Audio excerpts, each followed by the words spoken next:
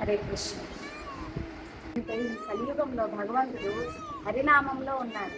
ఆ మంత్రమే హరే కృష్ణ హరే కృష్ణ కృష్ణ కృష్ణ హరే హరే, హరే రామ రామ రామ హరే. ఈ మంత్రాన్ని రోజుకి ఒక మాల 108 సార్లు, 108 బీట్స్ ఉంటాయి. అది చెప్తే మనం రోజంతా హ్యాపీగా ఉండగలుగుతాం. ఎన్ని కోట్లు ఆస్తున్నా కూడా మనకి ఆనందాన్ని ఇవ్వలేదు. ఏదైనా క్షణికాలమైన ఆనందం, కానీ మనకి నిత్యము ఆనందం ఏదైనా ఉందంటే హరినామ స్మరణ మాత్రమే.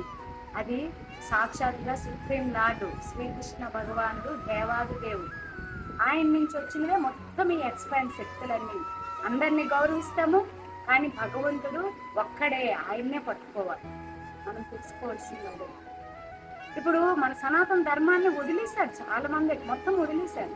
సనాతన ధర్మం అంటే ఏంటి? మన భగవద్గీత మన భవిష్యత్తు అని అది తెలుసుకోవాలి.